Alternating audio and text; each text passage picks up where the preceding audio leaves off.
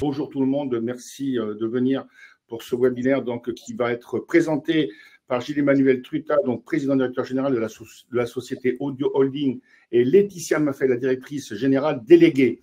Voilà, l'objet de ce webinaire, c'est tout simplement l'émission obligataire. Donc, bien sûr, vont nous parler Gilles, Emmanuel et Laetitia. Mais avant tout, bonjour déjà Gilles-Emmanuel, bonjour Laetitia. Est-ce que vous pouvez nous rappeler un petit peu l'historique de Audio Holding, sa création? Je pense que ça a été créé en 1690, si j'ai bien lu.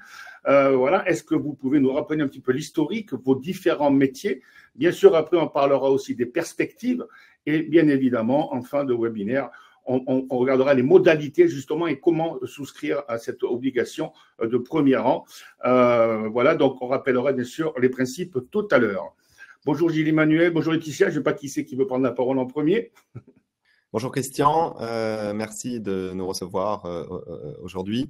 Donc Audio est une des plus anciennes sociétés françaises, puisque effectivement, comme vous l'avez dit, cette société a été créée en 1690, donc à l'époque de Louis XIV, et avec une autre société d'orfèvrerie qui s'appelle Mellerio di Mellerz, qui est rue de la Paix. C'est les deux plus anciens orfèvres français. Et en termes de sociétés cotées en bourse, vous avez deux très vieilles sociétés cotées en bourse, c'est Saint-Gobain et Audio. Saint-Gobain ayant été créé quelques années avant Audio. D'accord. Alors, Audio est donc un orfèvre. On verra les produits en détail. Juste un petit mot sur le management. Nous avons pris le contrôle du capital et puis de la gouvernance d'Audio avec Laetitia il y a quelques mois, dans le but de relancer cette société. Avec l'apport du groupe CELT, qui est l'actionnaire minoritaire, et qui est représenté par Vladimir Piar, que vous voyez sur ce diagramme, sur cet organigramme, et avec une équipe qui était déjà en place, et ce qui est très important, qu'on a gardé, puisque on a trouvé une très bonne équipe, aussi bien dans l'atelier, dans l'usine qui est à Bretigny-sur-Orge, qu'au niveau du management. Au niveau justement j'ai cru voir que vous étiez un fournisseur royal, c'est ça, et que vous travaillez un petit peu dans toute l'Europe. Et donc, il y a bien sûr, vous allez nous présenter la gamme des couverts, etc., métaux précieux, de la porcelaine, de cristaux, des pièces de décoration exceptionnelles. Est-ce que vous pouvez nous parler un petit peu plus donc, de vos différents produits? Absolument. Donc, Audio est une manufacture royale qui faisait et qui fait toujours plusieurs choses, qui a plusieurs gammes. Donc, il y a d'abord ce qu'on appelle des pièces de forme, ce qu'on voit là à l'écran. Vous avez la coupe Branicki qui est au musée du Louvre. Vous avez la lampe Biennet sur la droite que vous trouvez sur le bureau d'Emmanuel Macron. Vous avez le faucon qui est une pièce de forme qui est évidemment très très vendue au Moyen-Orient. Vous avez le nécessaire à caviar, très apprécié par les Russes, etc., etc. Mais c'est pas tout en fait. Audio a une spécialité, c'est l'épargne. Et là, vous avez un très bon exemple de timbales de baptême. Alors aujourd'hui, il y a moins de baptêmes, hein, mais les timbales se vendent toujours. Et l'épargne, en fait, c'est un mélange de vermeil et d'argent massif. Et donc, c'est très compliqué à faire. Et aujourd'hui, Audio détient un savoir-faire qui est unique, puisqu'il n'y a plus grand monde qui sait faire ça en Europe et dans le reste du monde non plus. Il faut savoir que Audio ne produit que des produits en argent massif et en vermeil. Et le vermeil, qu'est-ce que c'est? C'est de l'argent massif qui est trempé dans un bain d'or de 5 microns. Et là, on a un exemple d'épargne encore, avec notamment l'huître de l'Agacan, qui est très très connue, qui était très connue dans les années 60, notamment parce qu'elle a été signée par l'Agacan, qui vient de mourir d'ailleurs, malheureusement. Vous avez un exemple d'un objet décoratif, qui est une huître, avec un côté en vermeil et l'intérieur en argent, et vice-versa. Après, il me semble que vous êtes mis aussi aux baguettes chinoises. non? Oui, alors absolument. Alors on n'a pas mis ça, on n'a pas mis ça dans dans la présentation, mais une des spécialités d'Audio, c'est sur les couverts. Donc on vous a mis là dans la présentation deux gammes qui sont nos best-sellers, qui est le couvert Demidoff et le couvert Jacqueline. Donc le prince Demidoff vivait à l'époque, il est né à Saint-Pétersbourg et il est mort à Paris. Il vivait à l'époque du Second Empire. Et aujourd'hui, les couverts Demidoff que vous pouvez voir là, qui sont absolument magnifiques, sont toujours un de nos best-sellers. Également avec le modèle Jacqueline, qui est donc un modèle beaucoup plus moderne, puisqu'il a été fait pour Jacqueline Kennedy dans les années 60. Il faut savoir que quand Aristote VI a épousé Jacqueline Kennedy, il lui a offert un bateau qu'on voit là en photo, le Christina. Et donc ces couverts ont été faits pour le Christina. Et c'est toujours aujourd'hui aussi un de nos best-sellers. Et on va terminer par le petit bestiaire qu'on a aperçu tout à l'heure. Le bestiaire, en fait, c'est des petits animaux et c'est très important pour nous parce que c'est un accès, en fait, à la gamme d'audio. Parce qu'effectivement, quand vous achetez des couverts, vous achetez pas une fourchette. La fourchette Demidoff que vous avez vue, elle est vendue 1 100 €. Vous n'en achetez pas une, vous 12, et puis vous achetez 12 couteaux et 12 cuillères. C'est évidemment tout de suite un budget important. Alors que les animaux que vous voyez là, qui sont soit en argent massif, soit en bronze doré, soit en vermeil, sont beaucoup plus accessibles. Ça commence à 400 €, c'est entre 400 et 1000 €. Il y a des petites tortues, hein, c'est ça aussi. Mais oui, absolument. Alors, les animaux, dépendant les pays, se vendent. C'est très amusant, d'ailleurs, la géographie. Donc, en France, évidemment, le coq et la bécasse se vendent très bien, les animaux de chasse. En Russie, c'est plutôt l'ours et le poisson, le beluga. Voilà. En Afrique, l'éléphant. On a un dromadaire aussi pour le Moyen-Orient. Enfin, on a tout ce qu'il faut. Et effectivement, on a une tortue. Vous avez raison. Oui. Il me semble qu'il n'y a pas si longtemps, vous avez acquis des nouvelles matrices, non, pour justement ces modèles. Alors justement, donc si je reviens un peu sur l'histoire récente d'Audio, moi il se trouve que complètement par hasard, je suis tombé sur cette société qui était nichée dans une holding qui s'appelait Well, cotée en bourse, dans lequel il y avait plein de choses. Et en fait, on a fait une restructuration complète de cette holding en vendant tous les actifs et payant toutes les dettes parce que la situation était assez catastrophique quand on est arrivé il y a 2 ans. La société était en cessation de paiement. Hein, donc, qu'est-ce qu'on a fait? J'ai remis de l'argent, j'ai regardé ce qu'il y avait dedans, j'ai vendu les actifs et j'ai gardé Audio. Pourquoi? Parce que en fait, je connais cette société depuis plus de 30 ans. Il se trouve que j'ai commencé ma carrière dans le groupe Tétinger à la Banque du Louvre dans les années 90. Et à l'époque, dans le groupe Tétinger, il y avait un pôle luxe avec Baccarat, Annick Goutal, un parfumeur, Gien, Haviland et Audio. Et donc, à l'époque, Audio était une société florissante. Et puis, quand le groupe Tétinger a été vendu je pense une quinzaine d'années maintenant, Audio est passé en main d'actionnaires plus ou moins honnêtes, qui ont soit pillé l'entreprise, soit rien fait du tout.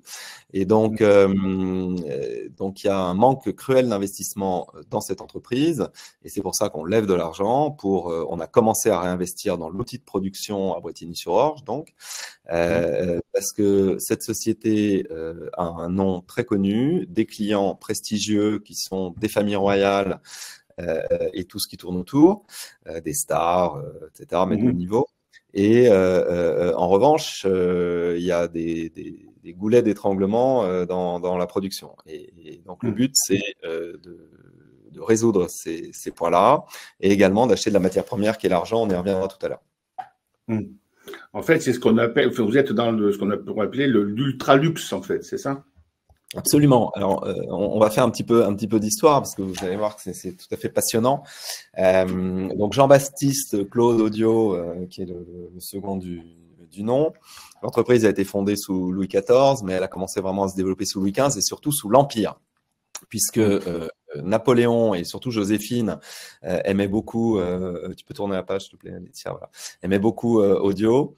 Le berceau du droit de Rome a été fait par Audio, l'épée du sacre, et puis il n'y a pas que Napoléon, hein, bien sûr. Il y a la comtesse Branicki, comme on voit là, le prince Demidoff, et surtout Joséphine, qui dépensait beaucoup d'argent l'argent de son mari, mais aussi l'argent de l'État, parce qu'à l'époque, c'était le cas.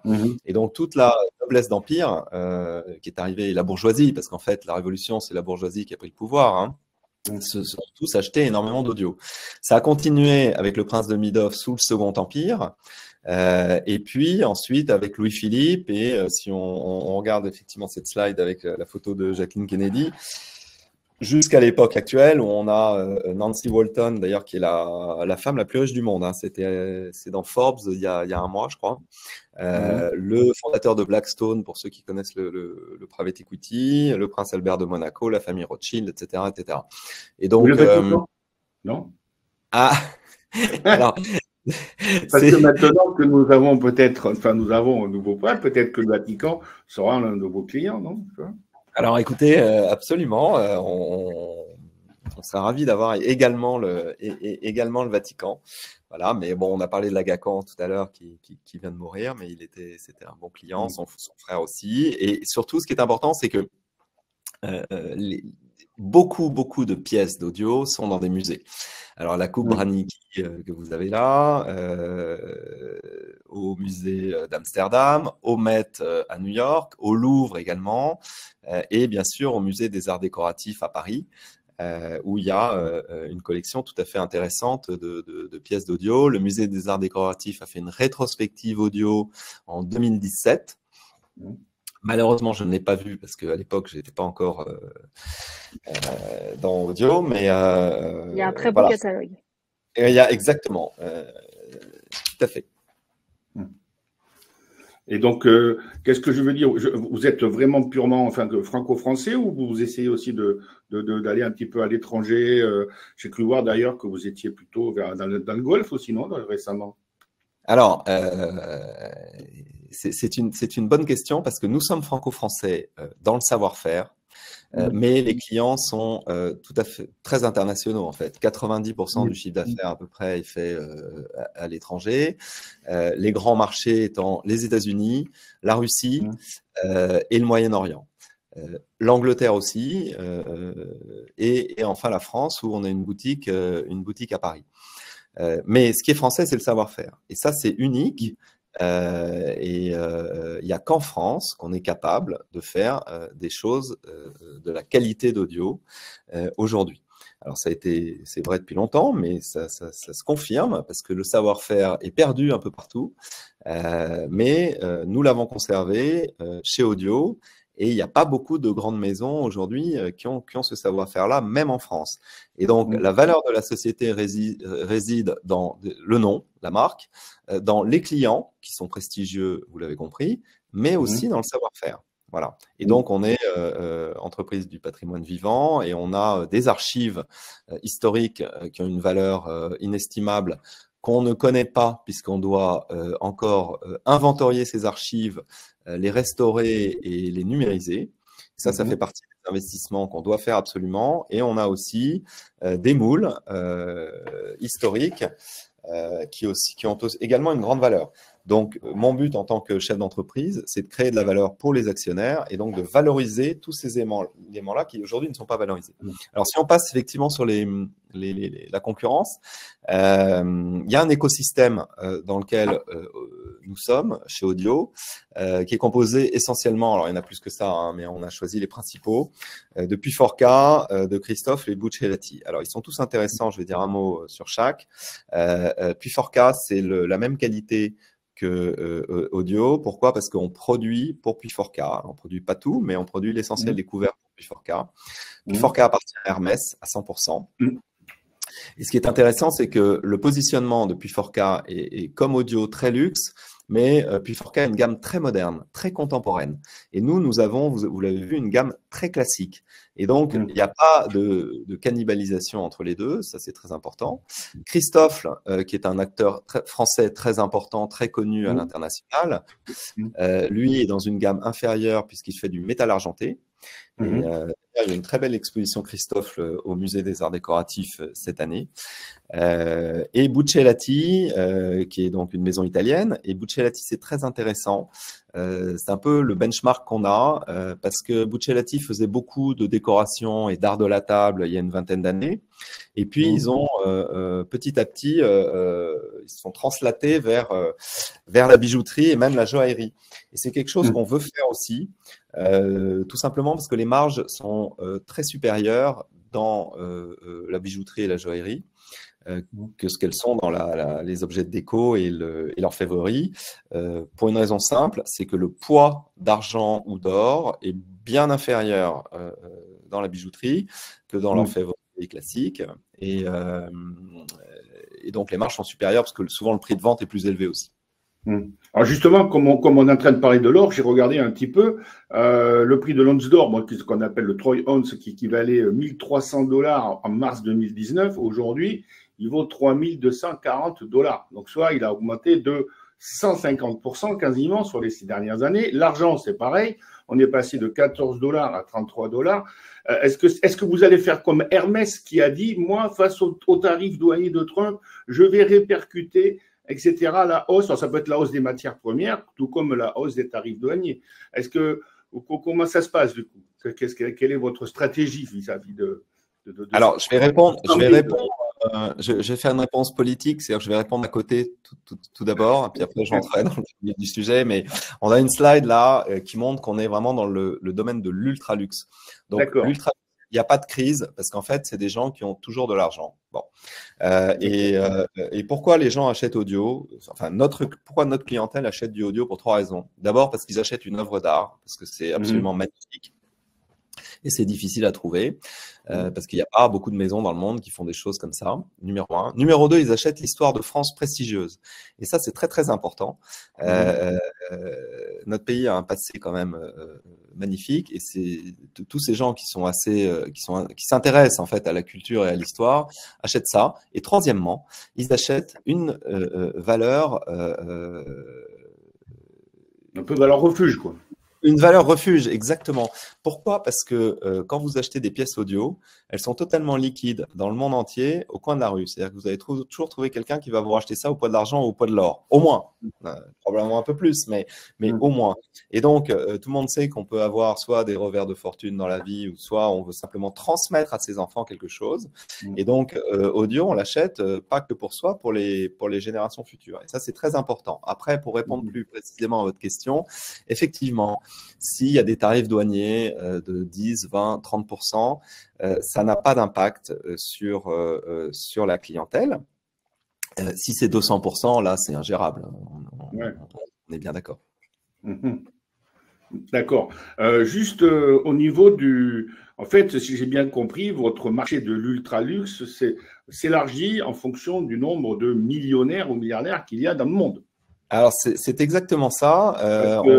J'ai cru voir qu'en 2000, il y avait 14,7 millionnaires dans le monde et aujourd'hui, il y en a quasiment 60. Donc, donc, bien évidemment, le premier, c'est les États-Unis, les deuxièmes, c'est la Chine et nous, on est quand même sur le podium en étant 3e. Ça, c'est une étude faite par UBS. Qu'est-ce que vous en pensez? Est-ce que vous êtes vraiment corrélé à ça? Non, mais c'est exactement ça. En fait, je dirais que le timing pour audio est très bon. Et le timing, c'est très important. Hein. C'est aussi important que le produit ou même que la gestion de la société.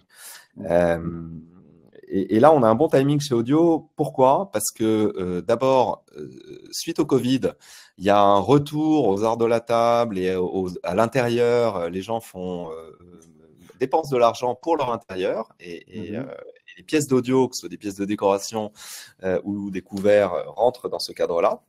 Ça, c'est important. Et deuxièmement, comme vous l'avez dit, il y a de plus en plus de millionnaires sur Terre et de milliardaires. Bon. Donc ça, c'est important aussi parce que quand on a de l'argent, qu'est-ce qu'on cherche à faire? On cherche, 1, à se faire plaisir, 2, à épater son voisin. Ça aussi, c'est important, hein, parce que c'est la nature humaine. Et troisièmement, on cherche également une valeur refuge. Parce que si ces gens-là ont gagné tant d'argent, c'est qu'ils sont quand même pas complètement stupides et qu'ils savent ce qui vaut quelque chose. Et donc c'est pour ça que Audio est bien positionné. Si on regarde les slides là, on a une boutique à Paris, rue Royale, que j'invite les internautes qui nous écoutent à visiter. Tu peux mettre la slide, s'il te plaît, Laetitia. Voilà. Donc, rue Royale, on est à côté de Christophe, de Bernardo, de Dôme, de tout le monde. Donc, on est très bien situé, à 2 pas de l'hôtel de Crillon, enfin, dans un bel emplacement. Et ensuite, effectivement, vous voyez sur la slide d'après qu'on a un chiffre d'affaires qui est où il y a beaucoup de changements dans la géographie. Alors, on voit qu'en 2023, la Russie, ça représentait un montant important. La Russie est un très gros marché avec l'Ukraine. On espère vraiment que les hostilités vont cesser pour pouvoir reprendre ce marché, parce que vous voyez qu'en 2024, à cause de la situation, évidemment, on n'a pas eu et des sanctions, on n'a pas eu de chiffre d'affaires en Russie. Les États-Unis sont aussi un pays très important. Et pourquoi est-ce que la France, tout d'un coup, et l'Italie sont très fortes? Parce qu'on a des très gros ordres de gros clients. Et en fait, en France, comme en Italie cette année, c'est des clients moyen-orientaux qui ont des appartements, des hôtels particuliers en France et en Italie et qui ont passé des grosses commandes. Le marché UK est un peu spécial. C'est un marché qui est à 80% un marché d'architectes d'intérieur pour des bateaux, pour des yachts. Voilà. Et le bateau se prête très bien à avoir des pièces audio parce que c'est un espace clos, sécurisé. Il n'y a jamais de cambriolage sur un bateau. Et c'est voilà. Après, quand on regarde le chiffre d'affaires par métier, on voit que on est. Laetitia, tu peux remettre les métiers, s'il te plaît. Merci. On voit qu'aujourd'hui, on est très art de la table. Alors moi, mon objectif, c'est de changer ça, comme je l'ai dit tout à l'heure, d'aller vers la bijouterie, mais pas seulement, de surtout vendre beaucoup plus de pièces de forme, les pièces que vous avez vues en début des diapositives. Et dans les investissements qu'on doit faire, on a prévu d'en recréer 35 pour nous, qui vont nous servir de modèle et qu'on va pouvoir exposer auprès des clients en leur disant, voilà, on peut vous faire la même ou la personnaliser. Et ça, c'est vraiment le savoir-faire d'Audio. Personne au monde que nous ne sait faire ça. Ça, il faut... Alors, justement, je vais vous couper 2 secondes, mais pour pouvoir avoir ce niveau de technicité, il faut avoir, comme vous avez dit au début, un savoir-faire, des gens compétents. Vous allez les chercher où? Parce vous êtes obligé d'embaucher, du coup, non? Des personnes qui viennent, je ne sais pas, des Colboul ou ailleurs. Exactement. Donc, alors, le numéro 1, c'est d'abord lever des fonds. Deuxièmement, investir dans la production, ce qui nous permettra de produire plus et donc évidemment de faire croître le chiffre d'affaires de manière importante. Parce qu'aujourd'hui, Audio est une toute petite société. On verra tout à l'heure les chiffres, mais on ne va pas rester comme ça. Donc pour ça, il faut qu'on achète quelques machines. On a déjà commencé à le faire. On doit rénover les matrices qui permettent de faire les couverts que vous avez vus. En fait, parce que les couverts sont imprimés en fait avec des presses de 800 kg. Hein, et puis ensuite, il y a une vingtaine d'opérations manuelles. On doit également internaliser les bains d'or et d'argent. Pourquoi? Parce qu'aujourd'hui, c'est externalisé et puis on perd du temps dans les transports. En plus, les prix sont très élevés parce qu'il n'y a plus personne qui fait ça. Donc, ça fait monter les prix. Donc, ça, c'est prévu également. Et puis, comme vous le dites, on doit engager des artisans. Alors, on a déjà commencé à le faire. Aujourd'hui, on a une force de travail dont on a 9 personnes à l'atelier à Bretigny-sur-Orge et 8 plus le chef d'atelier. Et on va engager 7 personnes sur les 2 années à venir. Alors, on engage des artisans qui sont pas qui sortent de l'école, mais des gens qui ont des compétences, qui ont travaillé en général dans des grands groupes. Et les grands groupes, c'est Hermès, Chanel, des groupes comme ça, hein, Chopard, enfin voilà, et qui viennent chez nous. Pourquoi? Parce que c'est une ambiance familiale et on fiche la paix aux gens, il n'y a pas de pression. Voilà, et les gens sont en général assez... Il y a une bonne ambiance dans l'atelier. J'ai cru voir aussi que vous aviez acheté une nouvelle machine de soudure laser aussi, non? C'est ça? C'était Oui, exactement. Ça fait partie des premiers investissements. Comme je vous ai dit, il n'y avait eu aucun investissement fait dans l'usine depuis 30 ans. Donc, il y a de la rénovation du bâtiment à faire, qu'on a commencé à faire également. Et puis, voilà, restauration de machines, parce que les machines, c'est des machines qui datent souvent du début du XXe siècle, qui sont d'ailleurs magnifiques. Hein. Et il n'y a plus les pièces. Alors, c'est compliqué pour les rénover. On fait refabriquer les pièces, mais ça se fait, hein, tout ça. Voilà. Alors, si vous investissez justement dans les machines et si vous dans l'outil de production, si vous le modernisez, c'est que vous devez avoir, comme on dirait, un carnet de commandes qui quand même commence à se remplir. Alors, et que du coup, vous avez du mal à suivre, non?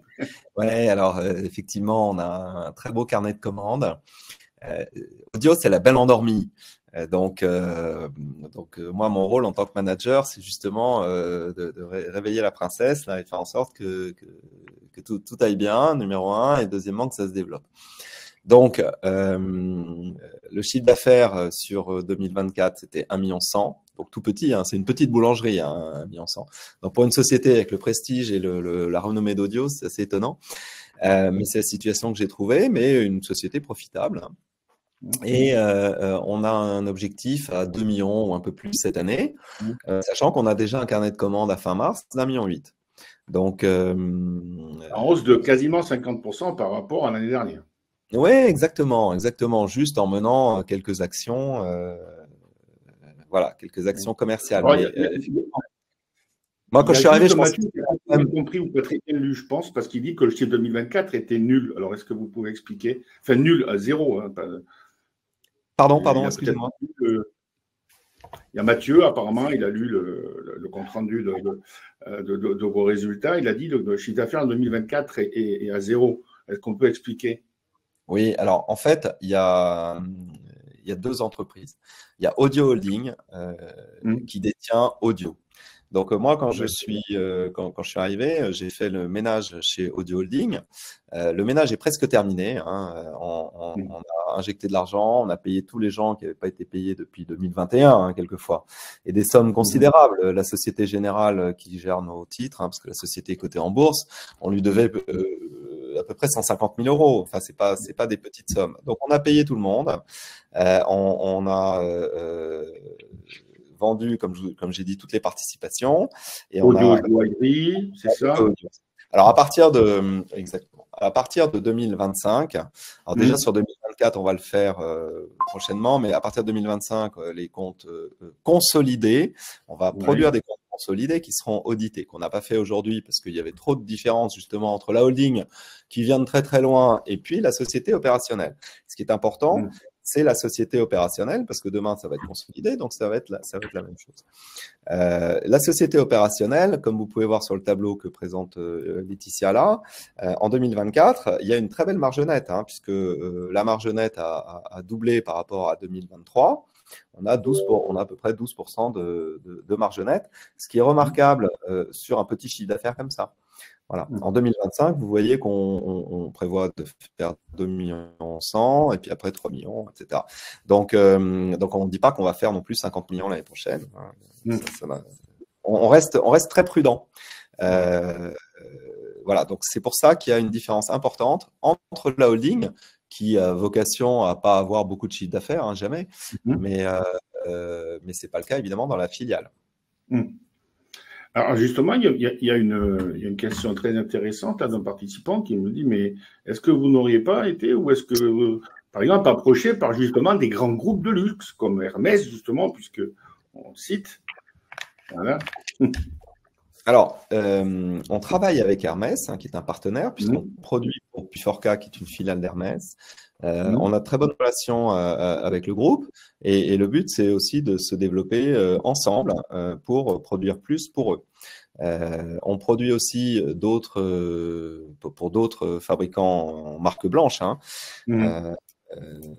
Voilà, notamment la Coupe du Monde de football a été produite par Audio, pas vendue par Audio, sous le nom d'Audio, mais c'est nous qui l'avons quand même produite. Bon.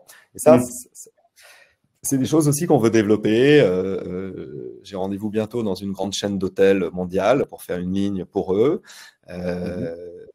ça fait partie du développement de travailler avec des partenaires prestigieux qui vont utiliser Audio pour vendre des produits très haut de gamme à leur nom. On veut, comme on a dit aussi, évidemment, parallèlement à ça, développer notre gamme à notre nom, bien sûr, puisque on l'a fait autrefois et il y a une vraie demande pour ça. Donc, je dirais que c'est deux stratégies parallèles. C'est dual track, comme on dit en anglais. Il me semble qu'il n'y a pas si longtemps aussi, vous avez acquis Rouge Pulon, je crois, c'est ça? Oui, absolument. Alors, dans la corbeille de la mariée, on a trouvé Tétard, qui est aussi une vieille marque française. Et puis, il y avait Rouge Pulon, et donc on a sécurisé Rouge Pulon en achetant la marque. Et avec Rouge Pulon, qu'est-ce qu'on va faire? Rouge Pulon, c'est aussi très intéressant. C'est un personnage déjà au départ. Non, mais tout ça, c'est très intéressant, en fait, parce que là, on est à la fois dans le passé, dans l'histoire de France, et on est aussi dans le futur. Qu'est-ce qui se passe aujourd'hui? C'est qu'il y a beaucoup de métal argenté qui circule dans les restaurants, dans les hôtels de luxe, chez votre grand-mère. On a tous du métal argenté à la maison. Et puis, il n'y a plus personne pour argenter ce métal. Et ça, c'est le boulot de Rouge Pulon. Ça se passe dans les ateliers d'audio, au même endroit, mais c'est une marque commerciale qui est différente et qui va s'axer sur la rénovation d'argenterie. Et là, c'est intéressant parce que la marge est beaucoup plus élevée en fait que chez Audio. Et puis Tétard, ça aussi, on va faire ça, mais dans le futur, peut-être dans 2 ans, on voudrait faire du métal argenté sous le nom de Tétard, parce qu'on ne veut pas dévaloriser le nom Audio, parce qu'il y a une demande pour justement les restaurants étoilés Michelin et les hôtels, les boutiques hôtels qui fleurissent partout dans le monde, là. Et vous ferez attention, maintenant qu'on en parle, quand vous allez aller dans un restaurant un peu chic, un bistrot chic ou quoi que ce soit, le restaurateur, il fait attention à son assiette depuis quelques années, depuis 5-6 ans. Mais les couverts sont toujours assez quelconques. Et donc, ça va changer. Et encore une fois, je pense qu'on est dans le bon timing là-dessus. D'accord. Alors, juste au niveau, avant de parler bien sûr de l'émission obligataire, puisqu'il y a déjà une question là-dessus, mais au niveau des sites, donc vous êtes à Brétigny-sur-Orge, c'est ça? Et puis apparemment, il y a un poste qui a été créé à Dubaï, c'est ça? Oui, alors, on a le siège social qui est 10 rue de la Paix. Alors, c'est une adresse très chic. Ça nous coûte pas cher parce que c'est un office partagé là. Donc, parce que mon but aussi, c'était de réduire les coûts dans la holding. Quand j'ai repris ça, on a coupé tous les coûts inutiles. Donc, il y avait des bureaux prestigieux avenue Kléber. On a arrêté tout ça tout de suite. On s'est mis dans un centre d'affaires rue de la Paix, mais c'est une jolie adresse pour mettre le siège social. On a une boutique rue Royale qu'on partage avec notre partenaire Celt, notre actionnaire minoritaire Celt, où il y a de la porcelaine qui est vendue aussi, qui appartient au groupe Celt, les marques Jean-Louis Coquet et Jaune de Chrome. Et puis, à Dubaï, on a embauché une personne pour nous représenter là, puisque c'est un axe de développement important. C'est une région, comme vous savez, qui est en pleine ébullition. Il se passe beaucoup de choses. Il y a beaucoup de gens qui viennent s'installer, qui sont des gens en général qui ont les moyens et qui s'intéressent, notamment les Russes qui sont installés là-bas. Ils ont une culture qui les rapproche d'Audio, comme on a vu. Voilà. Et puis après, il y a toute la clientèle Moyen-Orient, indienne, qui est installée aussi à Dubaï et dans le Golfe, de manière générale, parce qu'il n'y a pas que Dubaï. Il y a le Koweït, il y a Abu Dhabi, il y a l'Arabie Saoudite, il y a le Qatar. Voilà, c'est une région où il se passe beaucoup de choses et c'est naturel pour nous d'y être. Et pourquoi pas la Chine, alors, puisqu'ils sont le deuxième plus gros pays fournisseur de millionnaires?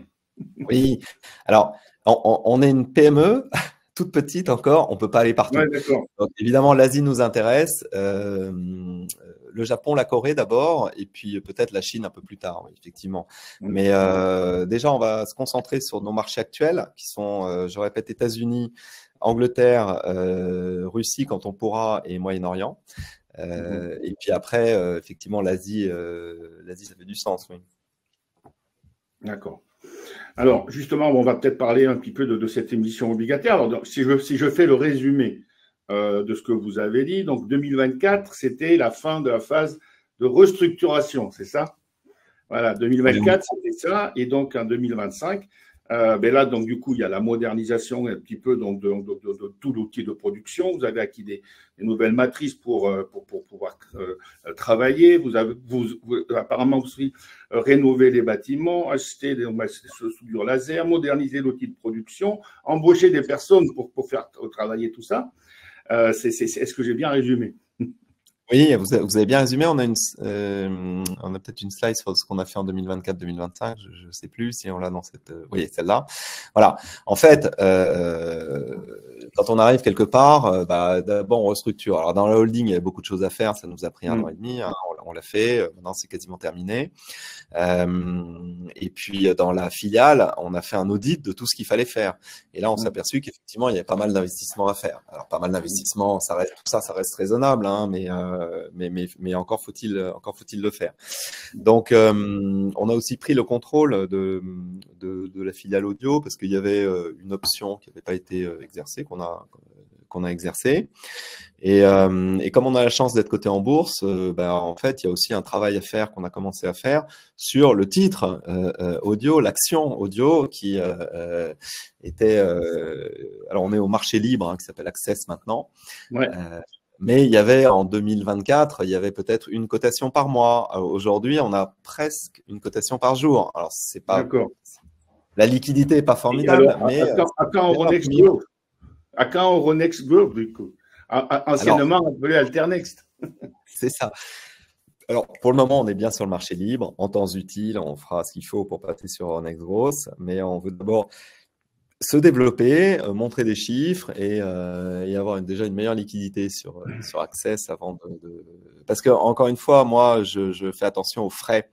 Et donc, tout ça, ça coûte très cher. Il y avait des frais considérables dans cette société, dans la holding. Hein, je parle de conseils, d'avocats, de tout ce que vous voulez. On en a encore eu beaucoup sur 2024 parce que la restructuration, ça coûte cher, parce qu'il faut se battre un peu. Hein, et donc, il faut prendre des conseils. Sur 2025, ce sera, j'espère, très réduit. Mais là, on veut réduire les coûts, quoi. Voilà, notamment les coûts financiers, des intermédiaires financiers également. Donc pour le moment, on reste sur Access. Alors, juste, je vais répondre à Francis qui me dit sous quelle référence Audio Holding est-elle cotée en bourse? Le mnémonique, c'est MLODT. Voilà, MLODT. Hein, c'est une valeur d'ailleurs qui est éligible au PEA et au PEA-PME. Hein, donc, je répète, MLODT. Alors, est-ce que vous vous rappelez depuis quand ça cote Audio Holding? Alors, avant, ça s'appelait Well. Donc, nous, on a changé le nom en Audio Holding puisqu'on a quasiment plus qu'audio dedans. Alors, c'est important aussi de savoir qu'on avait… avant, il y avait une participation dans Vernier, une société d'éoliennes cotée en bourse aussi. On a tout passé à zéro. C'est pour ça que sur 2022, déjà, on a publié les comptes 2022 et 2023 seulement le 15 janvier parce qu'on n'avait pas accès à l'information. Hein, donc, c'était très, très compliqué de retrouver l'information. On a quand même réussi à force de menaces et de choses comme ça. Grâce aussi à nos équipes, notre cabinet comptable et à Grande Thornton, qui est notre CAC, hein, que je remercie par la même occasion.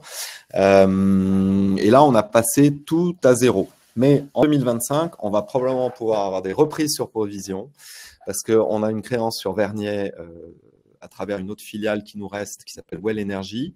On va probablement récupérer 1,450 million. Voilà, donc ça, c'est une bonne nouvelle. D'ailleurs, vous avez 51%, il me semble, de Well Energy, non? Oui, exactement. Alors, donc, c'est pour ça qu'on la garde. Donc, on n'a pas récupéré l'argent qu'on estime qui nous est dû. Et puis également, on a encore des dettes fiscales et sociales et qu'on espère pouvoir réduire à zéro, et on est en discussion avec l'administration à ce propos-là. Voilà. D'accord.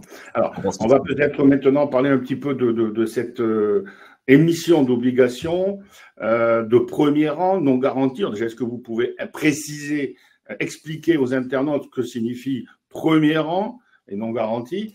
Voilà, donc je crois qu'il y a 1 million d'euros et 1 million de dollars. On va bien sûr parler des termes de l'obligation. Voilà, et puis il y a une petite question, c'est la holding qui va émettre ces obligations ou c'est Audio la filiale? Non, c'est la holding. Le rôle de la holding, c'est un rôle de financement de sa filiale hein, pour la développer, justement. Donc, le rôle de la filiale, c'est de produire et de vendre. Donc, on va aider la filiale à vendre. C'est ce qu'on a déjà commencé à faire. Et par contre, on investit dedans. Alors, on a fait plusieurs opérations en capital. On a levé des fonds en capital en début d'année. Oui, au mois de février, etc. Oui, exactement, février-mars. On a fait plusieurs opérations. D'abord, on a fait entrer de l'argent new money, hein, donc on a fait entrer des liquidités. Donc, on a fait entrer 875 000 €, ce qui était très compliqué dans la période Trump, avec toute l'incertitude qu'il peut y avoir, où les investisseurs étaient très frileux. Mais enfin, on a quand même réussi à faire ça. Ce qui nous a permis déjà de faire les premiers investissements dans la filiale. Et puis, et d'autre part, on a intégré des anciennes dettes qu'il y avait. On a passé pas mal de dettes à la trappe et il y en a d'autres qu'on a converties en actions parce qu'il était impossible pour nous de payer ces dettes anciennes. Sinon, on ne serait jamais sorti. Voilà. Donc, on a fait ça. Et aujourd'hui, pour éviter une trop grande dilution, parce que le cours de bourse reste assez bas quand même, on lève de l'argent en obligations. On enlève de l'argent en obligations, en euros et en dollars, en premier rang. Alors, ça veut dire quoi? Premier rang, ça veut dire qu'aujourd'hui, il n'y a plus de dette dans la société. Donc, on est en premier rang. S'il y avait d'autres dettes qui étaient avant, aujourd'hui, je vous dis, à part les dettes fiscales et sociales, mais qu'on espère soit éviter de payer, soit avoir un étalement sur plusieurs années, on verra, il n'y a plus de dettes financières en fait. Hein. Donc ça, c'est important. C'est pour ça qu'on est en premier rang. Après, pourquoi est-ce qu'on a fait euro et dollar? Bon, euro, c'est assez naturel, mais j'ai quand même des investisseurs qui m'ont dit, oulala, à 5 ans, je ne sais pas si l'euro existera encore. C'était une raison pour qu'on fasse du dollar. Et en plus, on va consacrer une partie importante de cette émission obligataire à acheter des lingots d'argent et d'or aussi, mais enfin surtout d'argent, qui est la matière première qu'on consomme. Alors, c'est des lingots industriels. Mais là, ça, c'est très important parce que… Vous les achetez sur le marché financier à Londres ou à Chicago? Alors, déjà, on ne va pas acheter de l'argent papier. Alors, on ne va pas acheter de l'argent papier, on ne va pas acheter des ETF, on ne va pas acheter des choses comme ça, on va acheter de l'argent physique. Donc, on travaille avec plusieurs courtiers. Et les courtiers qui vendent de l'argent physique, ils sont en Suisse ou en Allemagne, en Europe. D'accord. Et en Angleterre. Donc, on travaille avec… Et eux, ils se couvrent du coup. Alors, non, mais ce qui est important, il y a deux choses importantes là-dedans. 3. Premièrement, c'est de l'argent physique. Deuxièmement, c'est de l'argent recyclé, donc qui est ESG, qui ne vient pas de on ne sait pas où.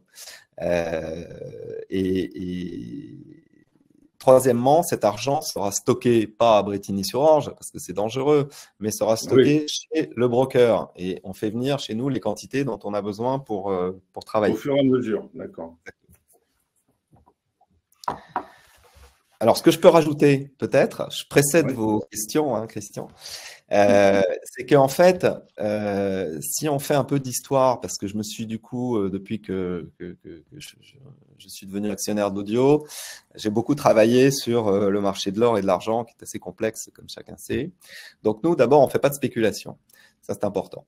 Après, si on se replonge dans l'histoire, en 1640, Charles Ier, qui était roi d'Angleterre, les riches anglais, la bourgeoisie et l'aristocratie stocké leur or à la Tour de Londres. Et Charles Ier, qui avait des problèmes de trésorerie, a réquisitionné leur or. Alors, ça arrive encore aujourd'hui, hein, parce que quand on crée un nouvel impôt, c'est un peu la même chose, hein, du jour au lendemain. Et donc, qu'est-ce qu'ont fait les riches anglais à l'époque? Ils sont allés déposer leur or, qui étaient soit des pièces ou des lingots ou des pièces d'orfèvrerie chez leur orfèvre.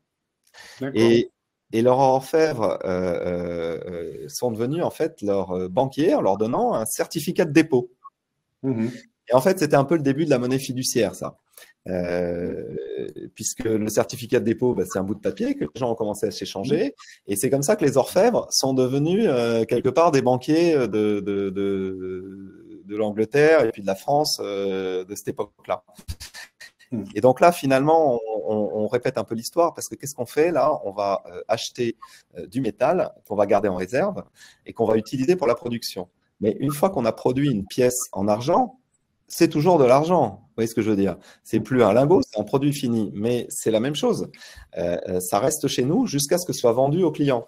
Quand c'est vendu au client, on a des espèces qui rentrent. Et avec ces espèces, on va racheter de nouveau de l'argent. Et donc, Oui, on a… l'argent, il bouge. Le prix de l'argent monte. Jusqu'à présent, il a toujours monté. Mais si jamais il baissait, est-ce que, je sais pas, comment vous faites? Vous courez ou pas? Non. Alors, comme je vous le disais tout à l'heure, on n'est pas des spéculateurs. Par contre, on a un risque. Aujourd'hui, on a un risque, c'est que le prix de l'argent monte, parce qu'il valait il y a quelques mois 20 $ l'once. Là, il vaut 30. Et puis, si on écoute les oracles divers et variés, il y en a qui disent qu'il peut aller à 50, voire même à 500. J'ai entendu ça.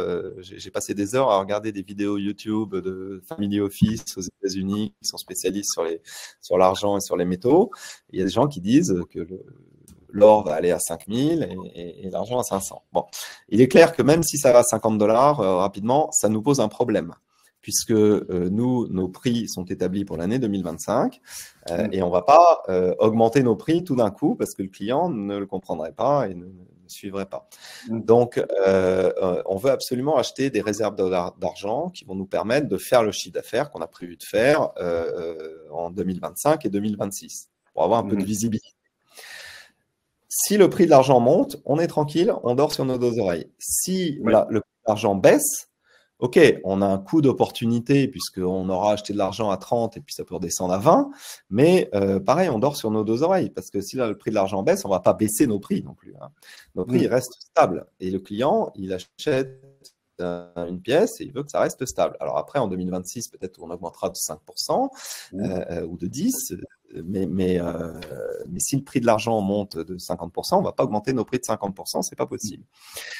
Voilà, donc c'est pour ça qu'on veut absolument acheter de l'argent physique qui sera conservé en lieu sûr et qui nous permet de faire notre business plan et de ne pas avoir de stress sur l'évolution du prix de l'argent qui peut monter ou baisser. Voilà, c'est un marché, hein, donc ça bouge. Mais nous, on veut de la stabilité. Alors, je reviens juste sur cette histoire d'obligation parce qu'il y a Robin qui a posé une question. C'est pour ça que je demandais si c'était la holding qui faisait l'emprunt ou si c'était l'entreprise, parce qu'il me dit, bon, bah ok, mais si la holding, elle peut faire faillite, mais pas la filiale. Alors, vous savez, sur cette terre, on n'a aucune certitude. Hein, donc, la seule chose que je peux dire, c'est que moi, je serais fortement impacté parce que j'ai investi beaucoup d'argent personnellement dedans. J'ai un fonds que je gère qui a aussi investi beaucoup dans cette société. Personnellement, je pense que si elle devait faire faillite, elle aurait fait faillite l'année dernière. Hein. À l'époque, c'était Well. Donc, on a fait ce qu'il faut pour que cette société continue. Et aujourd'hui, la situation n'est pas parfaite. Mais bon, est-ce qu'il y a une société parfaite cotée en bourse sur toute la côte? J'en sais rien. Cette société n'est pas parfaite, mais en tout cas, elle est tirée d'affaire. Ça, c'est sûr. Maintenant, il faut qu'on développe le chiffre d'affaires d'Audio. Ça, c'est sûr aussi. Et puis derrière, j'espère que Audio, un jour prochain, nous paiera des dividendes. Hein. C'est-à-dire qu'Audio SAS paiera des dividendes à la holding. Puis même que la holding pourra payer des dividendes aux actionnaires. Hein. Alors, on n'en est pas là aujourd'hui, mais c'est le but. Justement, c'est pour répondre à Bernard. Quelles sont, d'après vous, les perspectives du titre à peu près, même si on ne peut pas prévoir, c'est clair. La bourse, c'est l'offre et la demande, tout ça. Mais bon, vu que aujourd'hui, ça vaut, enfin, on va dire autour de 40 centimes d'euros, que vous dites que la société est sortie d'affaires. Voilà, que pensez-vous en tant que… Alors, je pense que le cours du titre est assez bas. Et mon rôle en tant que dirigeant de cette société, c'est de faire connaître non seulement Audio, la marque Audio, mais également le fait que Audio soit coté en bourse. Et donc, on s'y emploie. On a fait un roadshow là, pour la première fois au mois de mars. Et puis, on va régulièrement aller voir les investisseurs pour les intéresser au fait déjà qu'on existe. Et deuxièmement, que cette société a une perspective parce que c'est aujourd'hui une des rares sociétés dans le luxe et même dans l'ultra luxe qui reste indépendante en fait. Hein. Il n'y en a plus beaucoup. Hein. Il y en a quelques-unes encore, mais il n'y en a plus tant que ça. Une des dernières, justement, c'était Buccellati, qui a été racheté par Richemont en 2017 à la famille. Bon, voilà, donc je trouve que c'est intéressant. C'est pour ça que personnellement, je me suis impliqué aussi. Hein. Alors, je ne sais pas si vous pouvez répondre ou pas. Il y a Alexandre qui demande quel est le flottant sur Audio Holding. Oui, alors c'est une bonne question. Il y a un petit flottant aujourd'hui, il y a à peu près 8%, qui sont des actionnaires de l'ancien temps, on va dire, à l'époque où ça s'appelait Well. Ouais. Après, il y aura un flottant plus important parce que tous les investisseurs qu'on a convertis au mois de mars, ils sont en lock-up, c'est-à-dire qu'ils n'ont pas le droit de vendre pendant 1 an. Donc, c'est du flottant, mais qui est aujourd'hui gelé. Alors, c'est des gens, à un moment, qui voudront sortir ou pas. Alors, ce qu'on espère, c'est que les perspectives de la société soient suffisamment bonnes pour qu'ils n'aient pas envie de sortir quand le lock-up sera fini. Mais là, il y aura un flottant beaucoup plus important, voilà, d'ici 12 à 18 mois. Quoi. Et est-ce qu'il ne serait pas aussi intéressant Pardon ? Est-ce qu'il ne serait pas intéressant d'avoir un contrat d'animation de marché avec, je sais pas, une société de bourse lambda? Encore une fois, moi, je réduis les coûts. Alors, un contrat d'animation, ça coûte cher. Ah ouais. Et si c'est pour que l'animateur cote un titre par jour, ça ne m'intéresse pas. Donc aujourd'hui, on n'en aura pas. J'aime mieux faire une communication sur le titre, aller rencontrer les investisseurs, faire des webinaires comme aujourd'hui, expliquer ce qui se passe. Je pense que c'est plus utile que de dépenser d'argent avec des intermédiaires. D'accord. Juste une question. Alors, on va peut-être rappeler les modalités. Hein. Donc, c'est la valeur nominale, c'est 1 000 €, c'est ça, ou et 1 000 $. C'est ça. C'est donc d'une durée de 5 ans, un taux facial de 8% et un remboursement au pair, c'est-à-dire la valeur nominale, à la fin des 5 ans. C'est ça, donc la date limite de souscription, donc là, ça sera le 30 mai. Mais il y a une personne c'est Marc-Antoine, qui me dit, est-ce qu'après, elle va coter sur le marché secondaire ou pas, ou comment ça se passe, on a envie de revendre son obligation? Alors non, on a demandé à notre intermédiaire, justement, dépositaire, qui est la Société Générale, et en fait, ils ont refusé parce que l'émission est petite, hein, c'est une petite émission. Et donc, on aurait émis 10 ou 20 millions, probablement, ils auraient accepté. Donc, l'obligation ne sera pas cotée. En revanche, s'il y a des investisseurs obligataires qui souhaitent sortir, eh ben, qu'ils nous le fassent savoir et on essaiera de leur trouver une contrepartie. Voilà. Ok, donc voilà, ça c'était pour répondre à Marc-Antoine. Juste pour aussi répondre à une question de Mathieu, est-ce que vous pouvez nous donner comme ça un tout petit ordre d'idée de ce combien les investisseurs ont mis dans ce fameux lock-up de Nantes? Ah oui, alors il y a eu près de 3 millions en fait. Hein. D'accord. Donc, est-ce que vous pouvez donc maintenant nous rappeler, parce que je vois que le temps passe très vite, l'objet de ces emprunts? Voilà, le pourquoi vous émettez 1 million d'euros et 1 million de dollars d'obligations, et puis comment on fait pour souscrire, tout simplement. Alors, 1 million d'euros et 1 million de dollars, parce qu'il y a des investisseurs qui aiment mieux le dollar que l'euro. Effectivement, c'est assez intéressant, je pense, pour un investisseur de souscrire une partie 10 000 € en euros et 10 000 € en dollars. Ça diversifie le portefeuille. Donc, c'était une excellente suggestion d'un investisseur, d'autant plus que l'argent, on l'achète en dollars hein, à la fin. Donc ça fait du sens.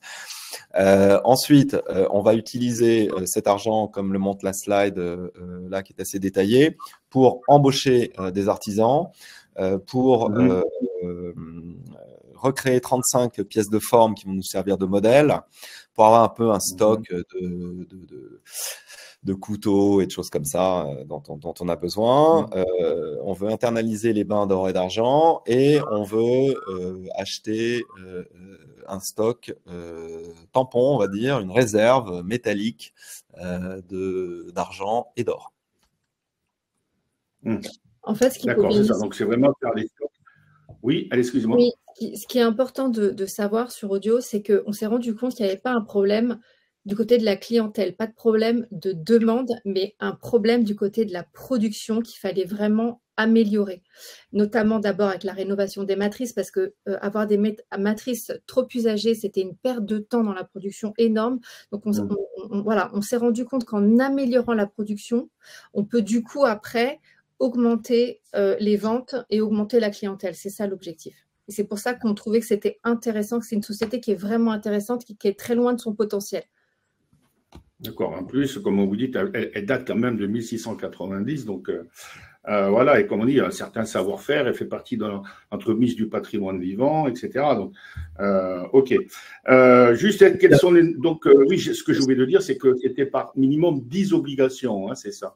Exactement. Donc, l'investissement minimum, c'est soit 10 000 euros, soit 10 000 $, soit les deux. Exactement. Au départ. Voilà. Juste pour répondre à une question, combien de pièces vous créez par jour? Ah, c'est une bonne question. Non, mais la réponse est très difficile en fait parce que ça dépend ce qu'on produit. Si on produit une pièce de forme, une lampe Biennet, que vous avez vu la lampe Biennet là au début, il y a 600 pièces dans la lampe Biennet. Donc, est-ce qu'on produit les 600 pièces ou est-ce qu'on produit la lampe? Vous voyez, bon. Ouais. Donc, c'est très compliqué de répondre à ça. Après, si on produit les couverts demi-doff, où il y a une finition manuelle sur toutes, mais demi-doff, c'est très ouvragé, donc la finition prend beaucoup plus de temps que sur la ligne Jacqueline ou Trocadéro, qui est très lisse. Par contre, là, il y a plus de polissage. Donc, donc en fait, comme on oriente notre production aujourd'hui vis-à-vis des commandes, on peut pas répondre à cette question. D'accord, ok. Bon, ben, je vois qu'il est 15h30, le temps passe vite. Est-ce qu'il y a d'autres questions concernant cette levée obligataire, concernant l'historique de l'entreprise? Je vois qu'apparemment non. Je pense qu'on a répondu quasiment à toutes les questions. Donc, je répète, l'emprunt, c'est 1 million d'euros et 1 million de $. Ce sont des obligations avec donc de valeur nominale 1 000 euros et 1 000 $. La quantité minimum, c'est 10. Donc, l'investissement, c'est 10 000 $ ou 10 000 euros d'une durée de 5 ans avec un taux facial de 8% et un remboursement au pair au bout des 5 années. Voilà, vous avez jusqu'au 30 mai 2025 pour pouvoir souscrire. Alors, est-ce que tout simplement on peut montrer on va directement sur votre site pour souscrire ces obligations? Laetitia, je te laisse répondre. Oui, sur le site, il y a une page dédiée où vous pouvez télécharger les documents pour la souscription, le bulletin de souscription, et à nous renvoyer, compléter avec votre document d'identité. Et puis, vous trouvez toutes les informations sur le site. D'accord. Alors, moi, je l'avais ouvert. Je vais voir si je peux la mettre ou pas. Le problème, c'est que je ne peux pas. Donc, apparemment, le site, c'est audioholding.com. Hein, c'est ça? Voilà. Laetitia, peut-être tu peux partager l'écran du site si tu enlèves la présentation. Ouais. Il y a Christian qui vous pose une question, Gilles Emmanuel. Pour votre stock d'argent, lingots, pourquoi ne pas acheter carrément une mine au Canada? Ah, parce que c'est un autre métier. C'est un autre métier, mais… Voilà. Et encore une fois, on veut de l'argent ESG. Bon, c'est un point qu'on n'a pas abordé, mais là, on est quand même dans l'économie circulaire. Hein. Pourquoi? Parce que tous nos produits sont entièrement recyclables et les lingots d'argent proviennent d'argent recyclé. Hein. Parce que nous, quand on produit une fourchette qui pèse 100 grammes d'argent, on a besoin, le produit fini pèse 100 grammes, mais on a besoin de 300 grammes de matière première. Et donc, il y a plein de déchets qui tombent par terre, qu'on ramasse soigneusement et qu'on renvoie à un fondeur qui va refaire des lingots, qui va vendre à un broker. Et nous, on rachète ça une fois que c'est certifié. D'accord. Donc, vous voyez à l'écran, hein, c'est en bas de page, vous avez le document en français pour bien évidemment, voilà, bulletin de souscription Audio Holding, voilà, en français et en anglais. Ok, qu'est-ce que je voulais dire? Est-ce que oui, c'est disponible uniquement sur un compte titre ordinaire ou hein? Oui, alors absolument, on a déjà eu des questions là-dessus que les souscripteurs nous ont envoyées. C'est pas éligible au PEA parce que seules les actions ou les obligations convertibles, je pense, sont éligibles au PEA, mais là, c'est pas des obligations convertibles parce qu'on voulait pas avoir de dilution justement. Et donc c'est pas éligible au PEA, c'est compte titre ordinaire. D'accord. Bon, ben écoutez, il est 15h32, on va mettre fin à ce webinaire. Est-ce que quelqu'un, Gilles Emmanuel ou Laetitia, voulait dire un petit mot de la fin? Alors, le mot de la fin, en fait, on a là un fleuron de l'industrie du luxe française qui existe donc depuis 1690 sans interruption. C'est pas une société qui a disparu et qui a été relancée. Et c'est quand même très rare. Donc, moi, c'est une société qui me passionne. Je crois Laetitia aussi. Et donc, j'espère que les internautes qui nous écoutent seront également passionnés par cette entreprise et que donc ils souscriront à cette obligation et s'ils souscrivent pas à l'obligation, qui s'intéresseront au titre qui est coté en bourse. Voilà, je vous rappelle que le mnémonique du titre, c'est MLODT. C'est une valeur donc éligible PEA et PEA-PME là du coup.